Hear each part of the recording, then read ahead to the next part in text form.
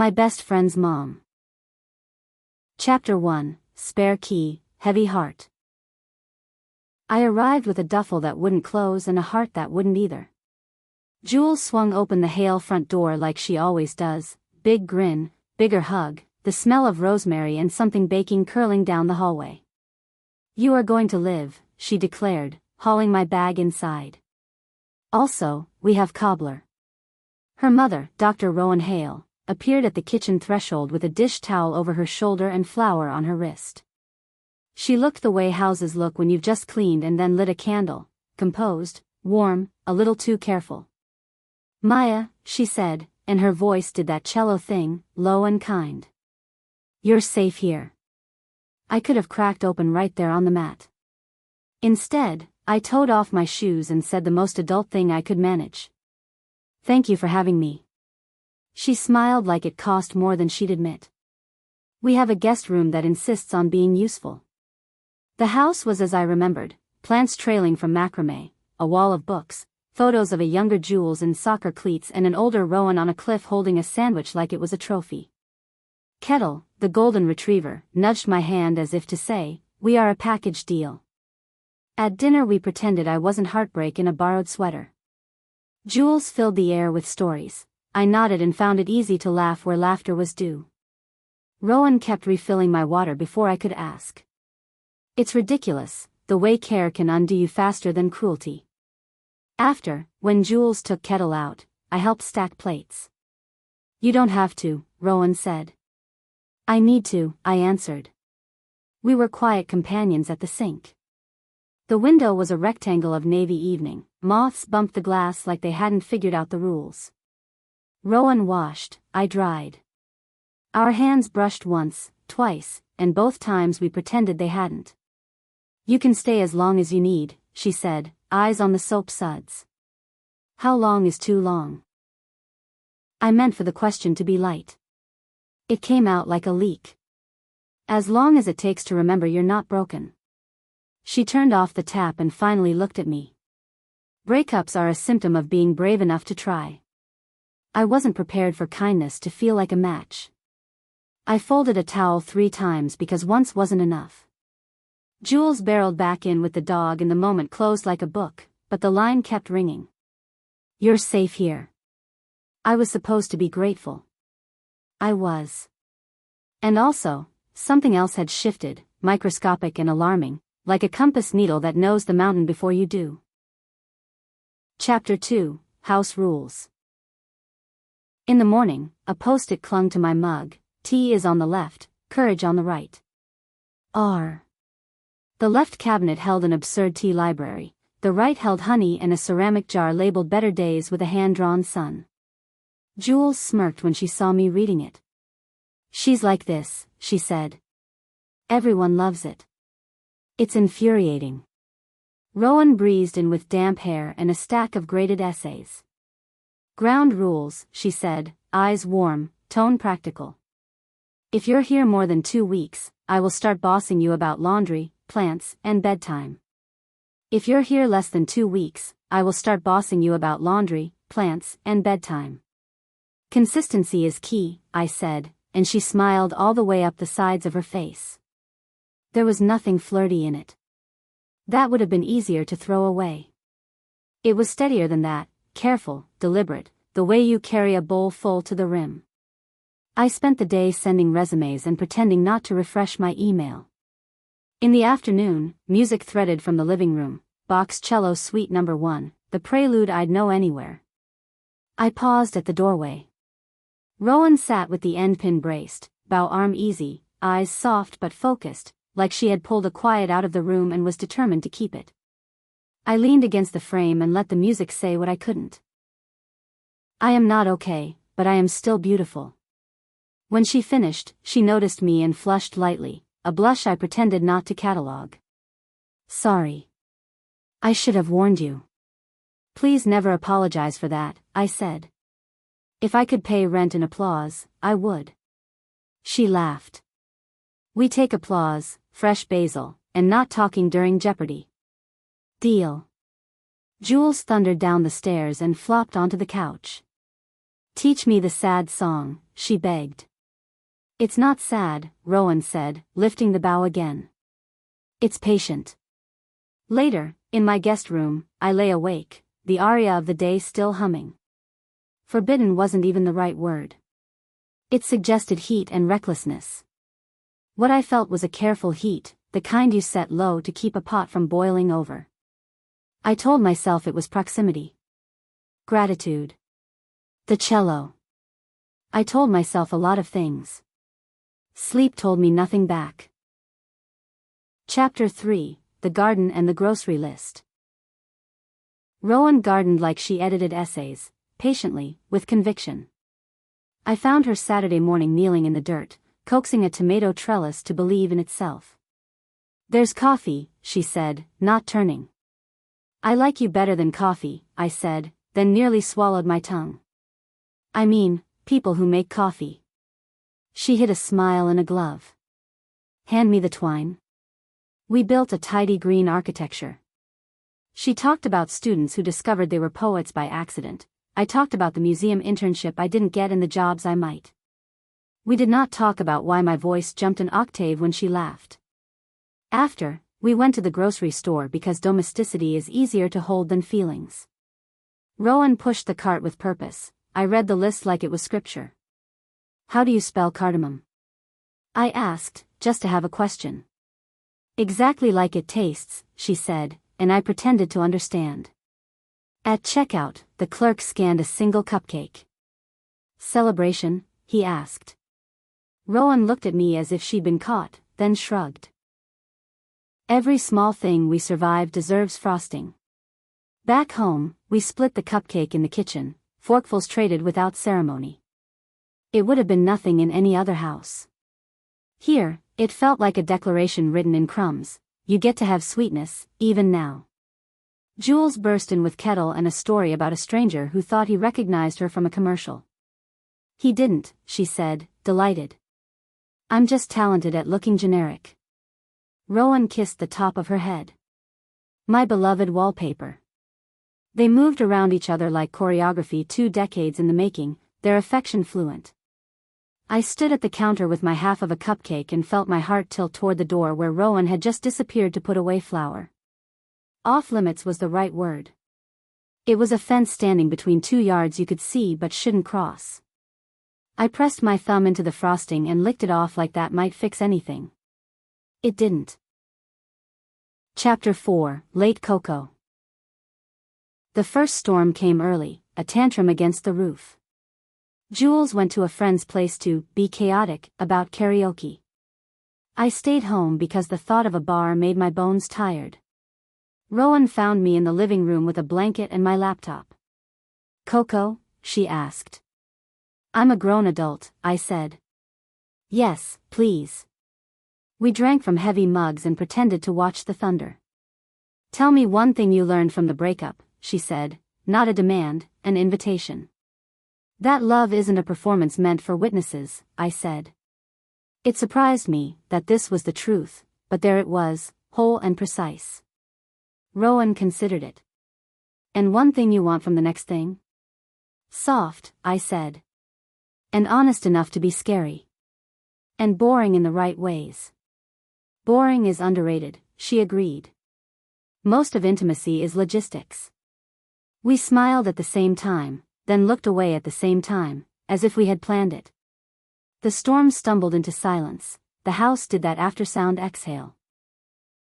You are safe here, Maya, she said again, and the words didn't sound recycled. They sounded like the bedrock beneath the house. Kettle sighed between us like a chaperone, and I was grateful for the accidental dog-shaped boundary. I set my empty mug in the sink and said goodnight like a person who didn't want to linger. In my room, I leaned against the door and let my forehead find the wood. If this is a crush, I told myself, it will pass. Crushes are weather.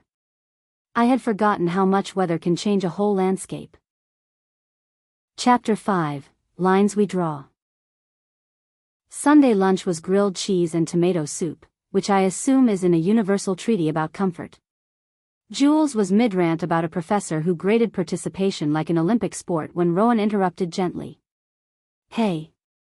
We need house honesty. Jules narrowed her eyes. Who broke the basil? Not that, Rowan said, flicking a glance toward me. I mean, Maya needs clarity on how long she can stay. I don't want her carrying a clock in her head. I stared at my soup. Thank you. I'm looking every day. Interviews this week. 2 weeks? A month? As long as it takes, she said. If that's 3 weeks, we'll celebrate with a cake. If it's 3 months, we'll celebrate with a cake. If it's longer, we'll learn to bake. Jules cheered. Cake supremacy. I managed a smile, then because I hate debt I added, I'll help with rent. You'll help with Kettle, Rowan said. And dishes. And not shrinking when you need something. Something unclenched in me that I didn't know was clenched. Jules threw a basil leaf at my forehead like confetti. Kettle ate it. We laughed. Later, in the hall, I almost walked into Rowan. We did that small dance people do when both move the same direction then back. She reached out a hand to steady me, fingers brushing my wrist, a gentle, automatic thing. Sorry, I said, too quickly. Don't be, she answered, equally quick, then stepped back a fraction, a careful inch. Boundaries visible, respected. I loved her for it in a way I had no right to name. Chapter 6, The Cello and the Call. My ex called on a Tuesday like bad programming. I let it go to voicemail and then listened to the kind of apology that asks if you'll do the emotional labor of forgiving. I made a cup of tea and then another as if heat could cancel history. Rowan was at the table with a stack of essays and a pen already dying. Crisis? She asked, eyes flicking to my face and away with respect. Nothing I want to keep, I said, and deleted the voicemail in front of her like a small spell. For a second, I felt clean. Proud of you, she said simply, and returned to a paragraph about symbolism and whether that deserved mercy. When she took a break, the cello filled the house again, this time something minor, a melody that noticed its own bruises. I stood in the doorway and let it stitch me up. When she finished, I clapped softly. What was that? Britain, she said, wiping rosin from the strings. Storm music. It knows my voicemail, I said. She laughed quietly. I'm sorry. Me too, I admitted. But less than I expected. She looked pleased, which made my chest do that confusing, buoyant ache. That's progress, she said. Cobbler to celebrate? We have frozen. You weaponize desserts, I accused. I deploy morale, she corrected. We ate on the steps, a small sun at the edge of evening.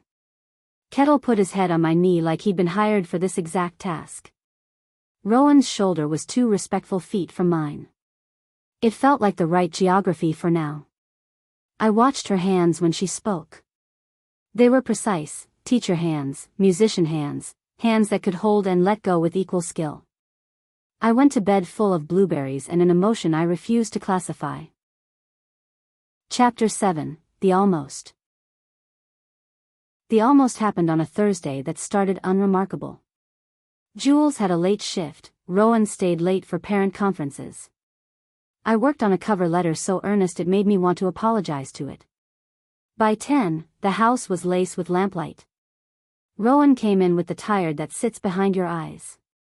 How were they? I asked. Kind, she said. And worried in that way that is really love dressed as control.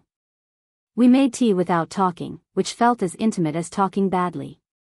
In the living room, she sank into the corner of the couch. I took the opposite end because I am a coward in practical shoes. Kettle arranged himself between us like a living truce. Tell me something that isn't work, she said, eyes closed.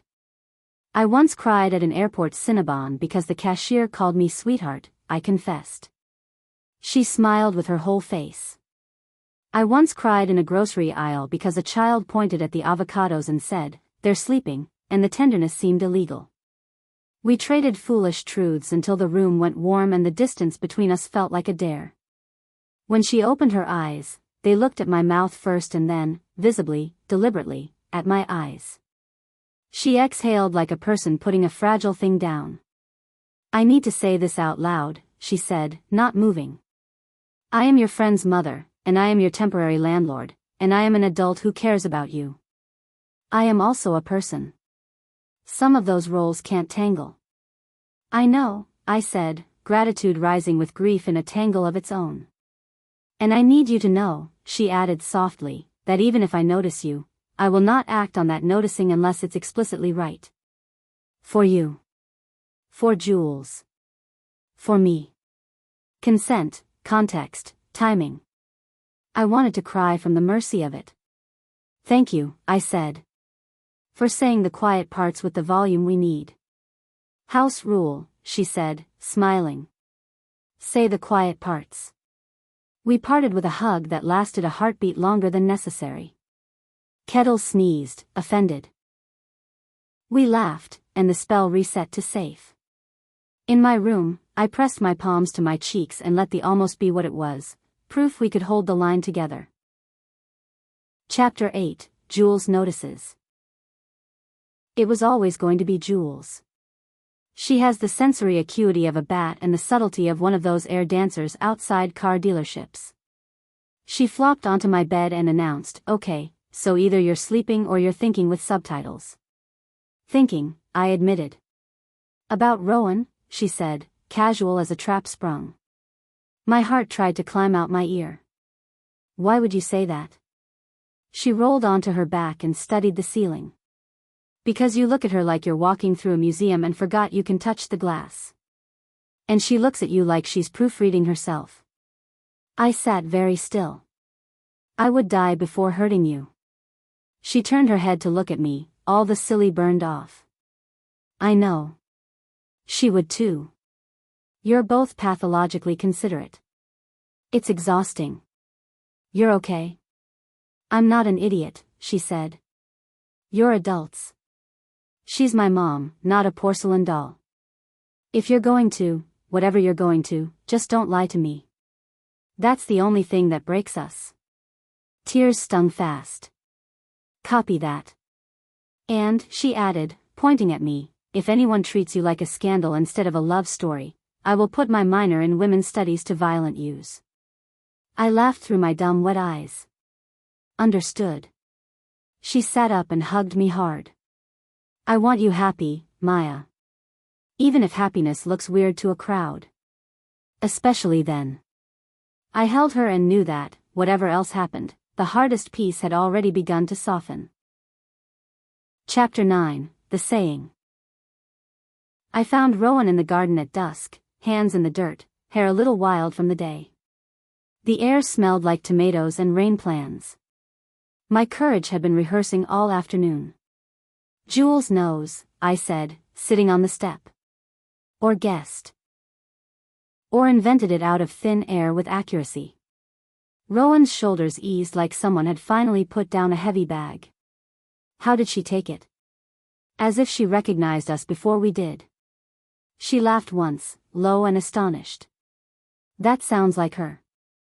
"I need you to know," I said, the words picking their way out carefully, "that what I want is not chaos. I don't want to be a secret. I don't want to be an accident. I want boring and brave and unglamorous honesty." Rowan turned, wiping soil on her jeans, and sat beside me. Not quite touching. "What I want," she said, steady as a cord, "is to take care of you in ways that don't make you smaller. I want to be careful with Jules. I want to be careful with you. I want to be careful with me. Can we try?" I asked, voice a little wrecked. Slowly. Deliberately.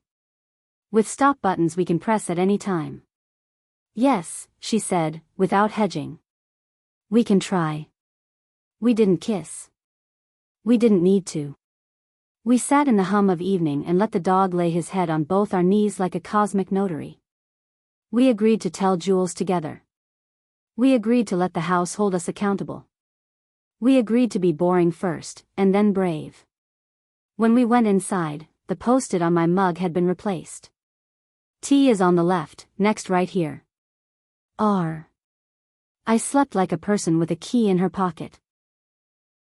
Chapter 10, The First Daylight. We told Jules over pancakes because emotional carbohydrates are a family value here. Rowan did the grown-up opener. We're thinking of trying. Slowly. Carefully. With your feelings in the center, not as an afterthought. Jules poured syrup like it was stagecraft and then looked at both of us. I want boundaries and a right to be mad sometimes and no making out near the fridge. Rowan choked on orange juice. I saluted. Copy. And, Jules added, eyes softening as she looked at me, if anyone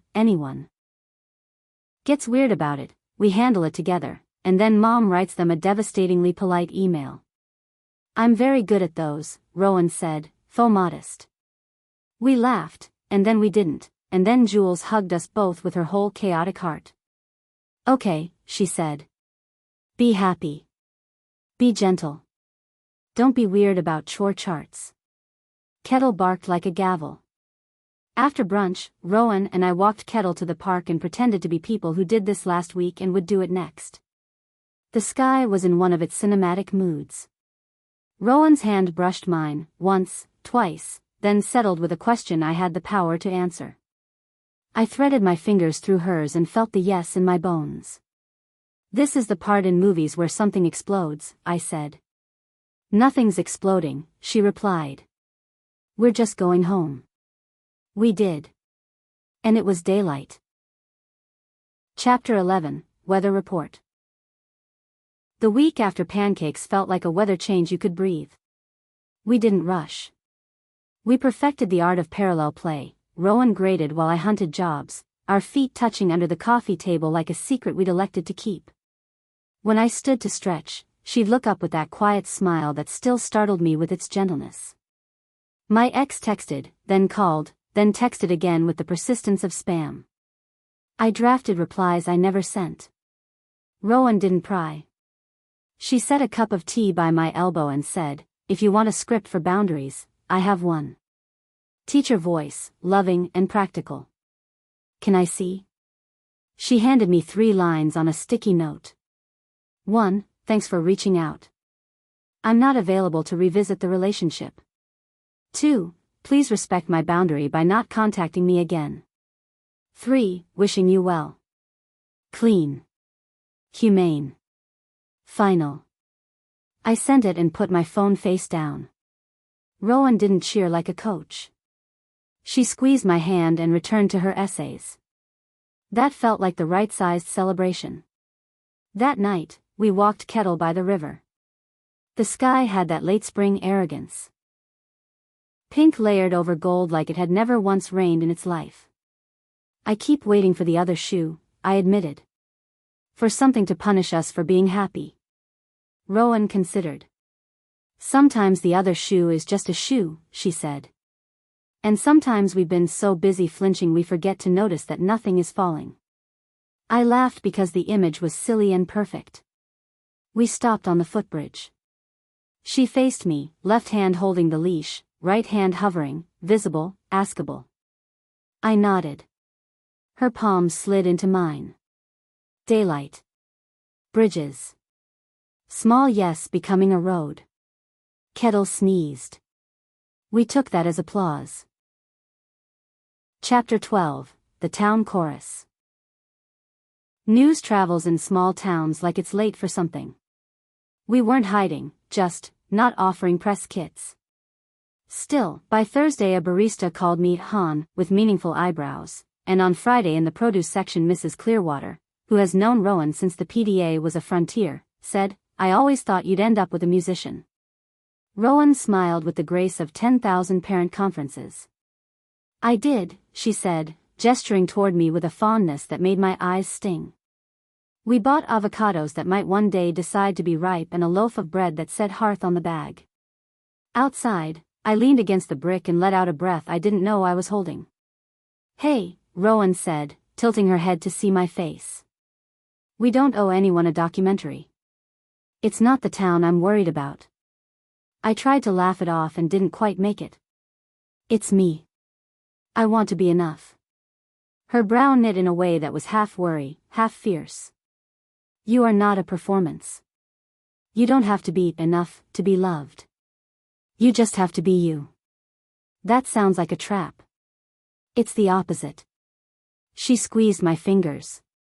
The trap is believing you have to earn rest. We walked home with bread and absolution.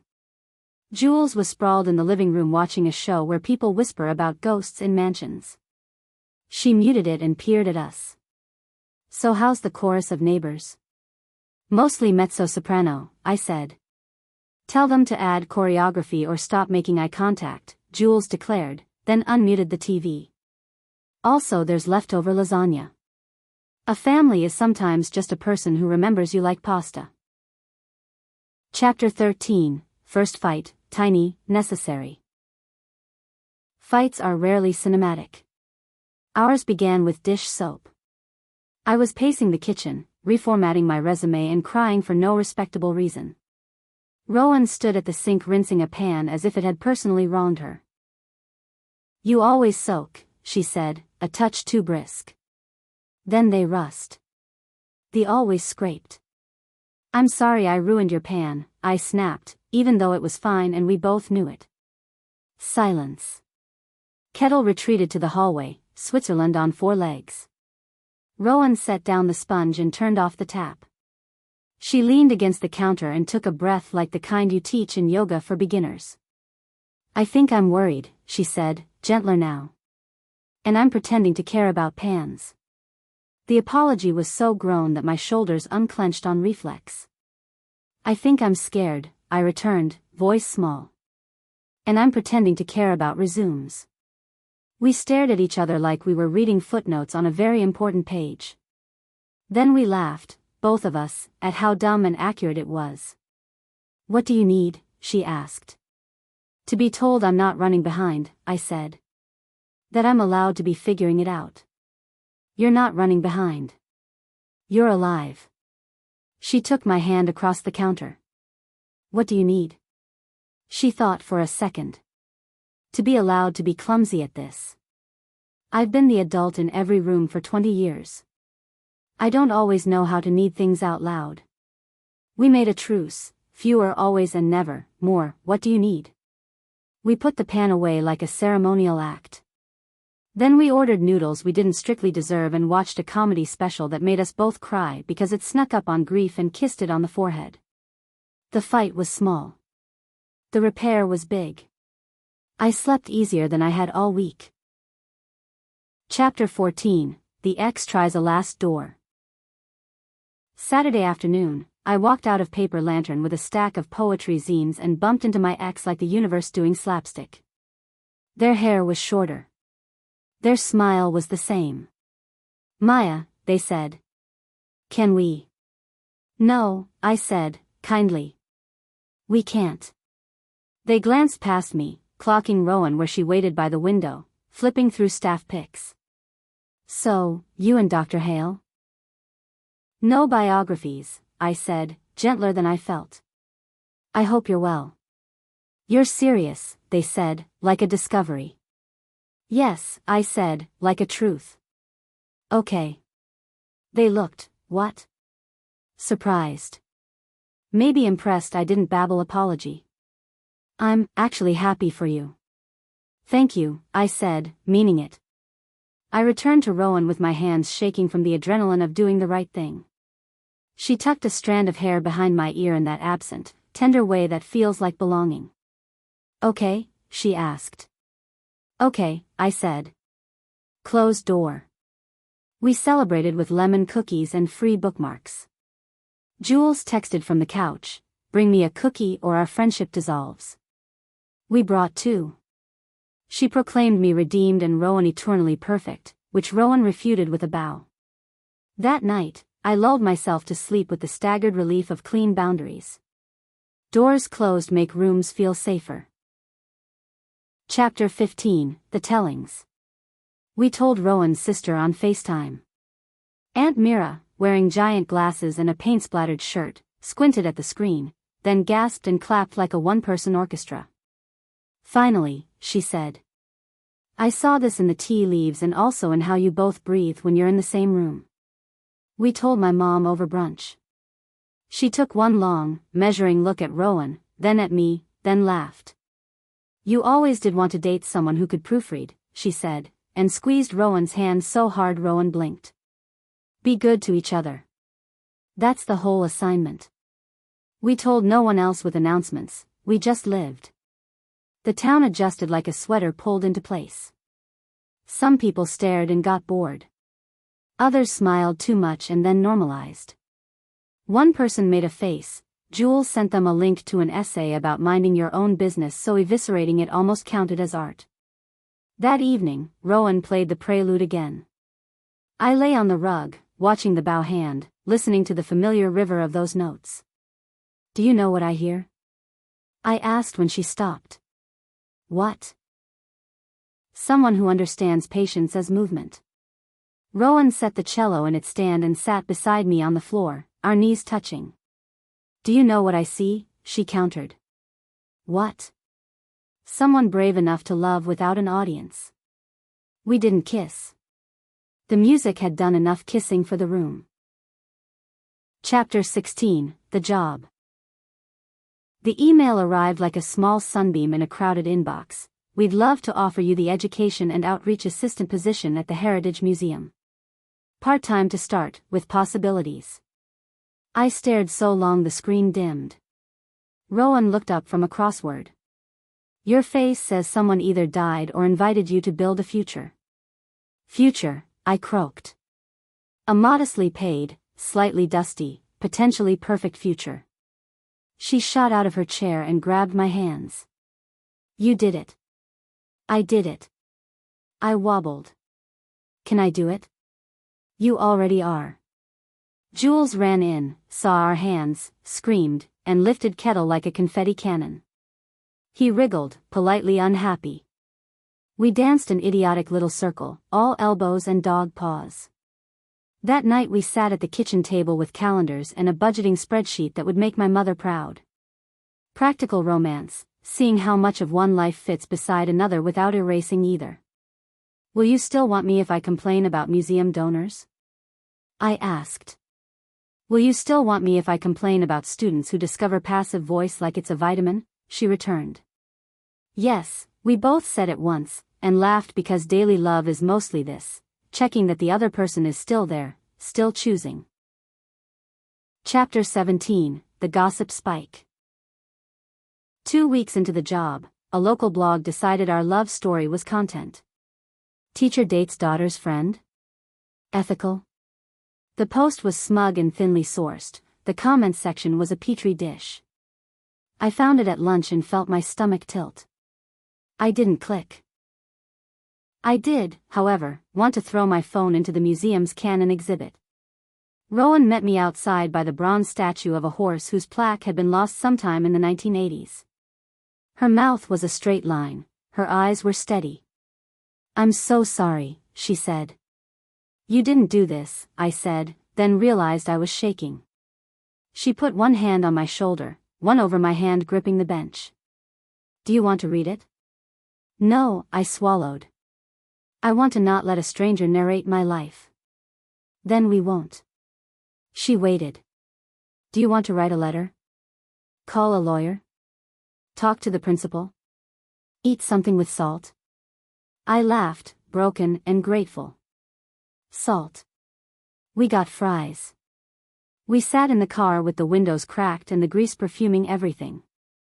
Jules texted a screenshot of her comment. Consent between adults isn't a think piece. Touch grass. The blog removed the post within hours, likely more from boredom than ethics. That night, Rowan drafted a dignified statement to the school community. I care deeply about boundaries, consent, and the safety of my students. My personal life remains personal, my professional commitment remains unchanged. The principal replied with support. A few parents sent emojis that looked like confetti made of relief. We ate ice cream from the tub and watched an old movie where love looks like banter and trains. I hate the internet, I announced. I love the part where it brings us pictures of otters, Rowan said. And I love you. The rest is just static. The word landed like a small bell. We sat with it, listening. I love you, I said back, because waiting for a perfect moment is a form of hiding. She closed her eyes like a chord resolving, then opened them and kissed my forehead, my cheek, the corner of my mouth, each one a yes. Chapter 18, The Pause. After saying big words, the brain sometimes panics. Mine did. I misread an email. I cried at a stoplight. I laughed too loud at dinner. The human nervous system is a slapstick comedian. Rowan noticed and didn't make it a symposium. She left a note on my pillow that said, "We have time. Love is not a sprint, it's a garden." Our next to it, a packet of zinnia seeds. We planted them Sunday morning, soil under our nails, sun on our necks. Jules stuck plastic spoons in the dirt as markers labeled hope and please work. Kettle stole one and trotted victorious around the yard. Do you ever wish this were simpler? I asked. Simple? Rowan considered. No. Clear, yes. And I think we're getting there. We were. The panic subsided, then returned in smaller waves. I learned to say, my brain is doing weather. She learned to answer, let's check the radar. Sometimes the radar said sit on the floor and drink water. Sometimes it said walk to the wall and back and count the blue doors. We obeyed the weather and discovered it obeyed us back, eventually. Chapter 19, The Bigger Fight, We Earn It. It was stupid how it started and real what it revealed. Jules had an art show, the reception ran late. Rowan left early because of a faculty meeting the next morning. I stayed to help Jules take down easels. On the walk home, someone, tipsy, bored, made a joke about Mrs. Hale's student. It was technically inaccurate and functionally gross. I snapped, loudly. He backed off, loudlier. When I got home, still bristling, Rowan was in bed reading. Everything okay? She asked, clocking the static. I hate being reduced to a headline, I said, pacing. And I hate that you're the one who'll get in trouble if I clap back. Rowan closed the book. Do you think I want you quiet to protect me? The question stung because it touched the fear. I don't know what the rules are, I said, helpless. Sometimes I feel like I'm the risk and you're the reputation. She flinched, a small, dignified flinch. That hurts, she said softly. Because I have been defending people my entire adult life. I don't need you to make me small to keep me safe. We were both quiet then, the kind you use to hear the other person's breath. I sat on the edge of the bed. I'm sorry. I felt cornered and I aimed at you. I'm sorry, she said. I have been careful for so long that I sometimes forget to make space for your anger. We held hands like a treaty. What do we do when strangers mistake us? We remember they don't get a vote, she said. And we go to brunch. Brunch is democracy, I agreed. We forgave each other. We made 2 bowls of cereal at midnight and ate them on the steps in our socks, which has the same effect as sacrament if you do it earnestly enough. The fight felt big. The repair felt bigger. Chapter 20, Holiday Trial Run. Autumn arrived with the decisiveness of a protagonist. Rowan's parents invited us for a small early Thanksgiving that was neither small nor early. The table groaned. So did the discourse. Rowan squeezed my hand under the table. Her dad asked about my job with such attention I forgot my nerves. Her mom brought out photo albums and told the story of Rowan's first cello recital, where she bowed too many times because a toddler shouted, again. We looked at 9-year-old Rowan in a too-big dress and I fell in love with the way she held the bow like a sword and a flower. After pie, on the porch, her mother wrapped us in blankets and said, "Love gives you a bigger self. It doesn't take you away from yourself." Then she kissed both our foreheads as if we were the same kind of child. On the drive home, we were quiet in that full-bellied way. Your family is a lot, I said, smiling. They're a lot of good, she corrected. They gave me leftovers and a thesis. What's the thesis? Bigger self. Rowan reached over the console and found my hand as if it had lived there all along. Chapter 21, The Apartment with a Crooked Door. By winter, my hours expanded at the museum. We started looking at apartments because staying indefinitely had blurred into living together without the ritual of choosing. Jules, generous and triumphant, said, "Boost, not exile," and helped us circle listings with a red pen like a sports analyst.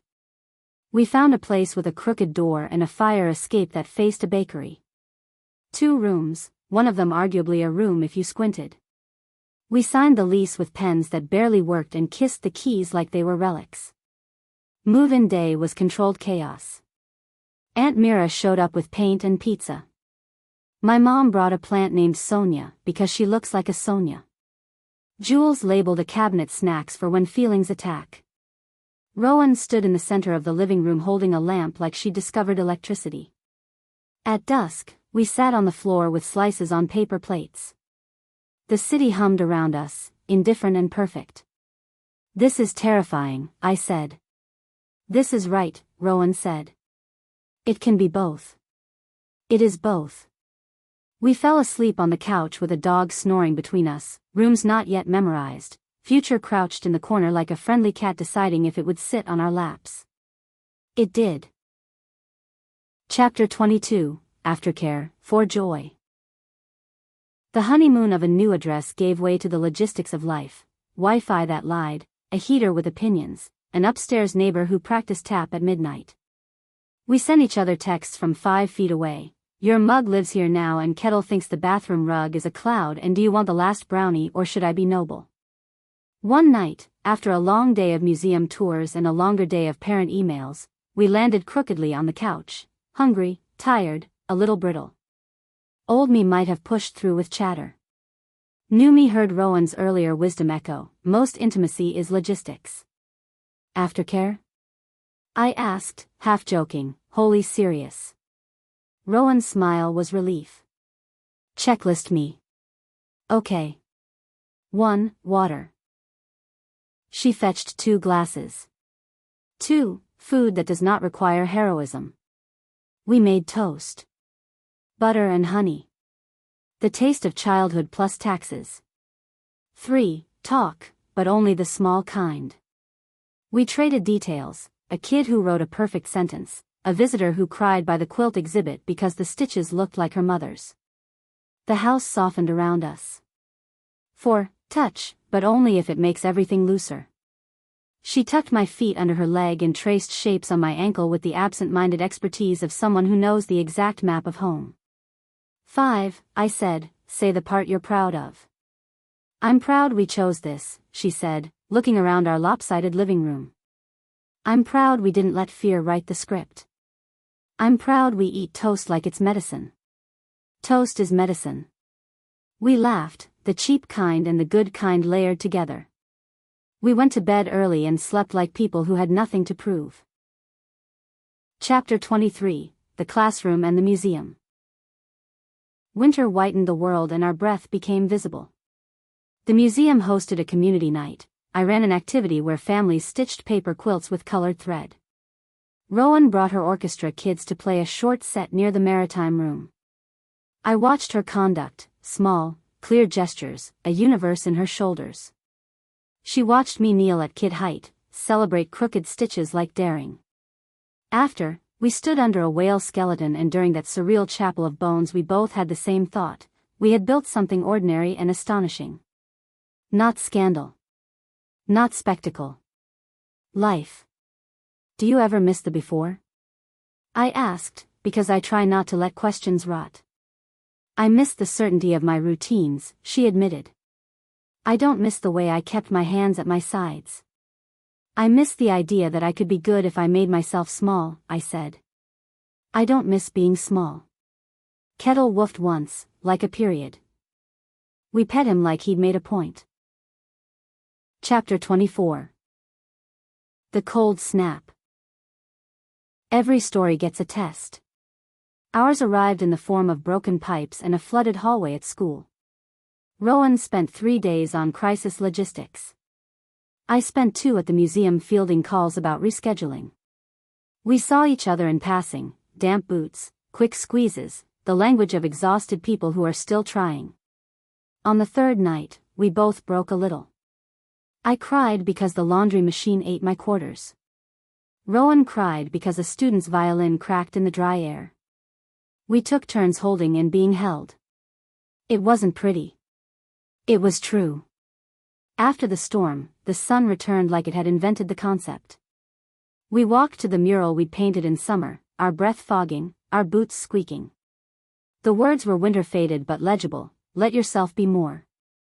Rowan took a photo of us in front of it, hats, red noses, stupid grins. She posted it with a caption so simple it felt like a vow, "We're practicing." Comments bloomed, heart emojis, yes, one about time, one from my mom with 3 soup bowls. We went for soup. At home, under blankets, I traced the bones of her hand with a reverence that felt like church.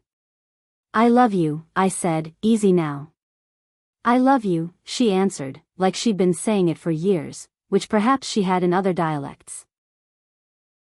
Spring uncurled.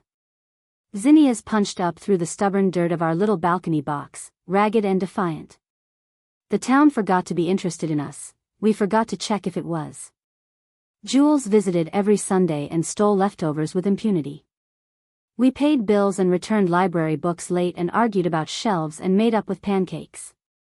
On a soft Saturday, Rowan set the cello in our living room and played the prelude while I watered Sonia and the herbs we kept almost alive. When she finished, I clapped because I always will. She set the bow down and looked at me like the answer to a question she thought was theoretical. "Marry me," she said, then covered her mouth like the words had leapt ahead of their plan. "I mean, not now. Not as a fix or a headline. As a someday. As a direction we're walking." I stared at her and felt the particular quiet joy that happens when the interior and exterior of your life finally match. "Yes," I said, not a squeal, not a gasp, something steadier. Someday. Direction. We didn't rush to rings or registries. We did put the kettle on and call Jules, who cried and shouted, "Do not elope without me, I want to heckle the vows." We called our parents. We walked Kettle to the river and let the wind confirm what we already knew. That night, we sat on the fire escape with bowls of strawberries and watched the sky write an ending that was really a paragraph break. The street below was loud with people living. Our small apartment held the sound of a cello, a dog's sigh, 2 women who had chosen the boring, brave, daily version of love. Forbidden had melted into belonging. She was supposed to be off limits. That didn't stop her from teaching me what love really is, not spectacle, not secrecy, but 1,000 small yes said in daylight, and a home you build together with toast and trellises and the stubborn practice of more. Kettle thumped his tail. I kissed her cheek. The zinnias on the sill opened 1 more petal each, as if the day agreed. The end.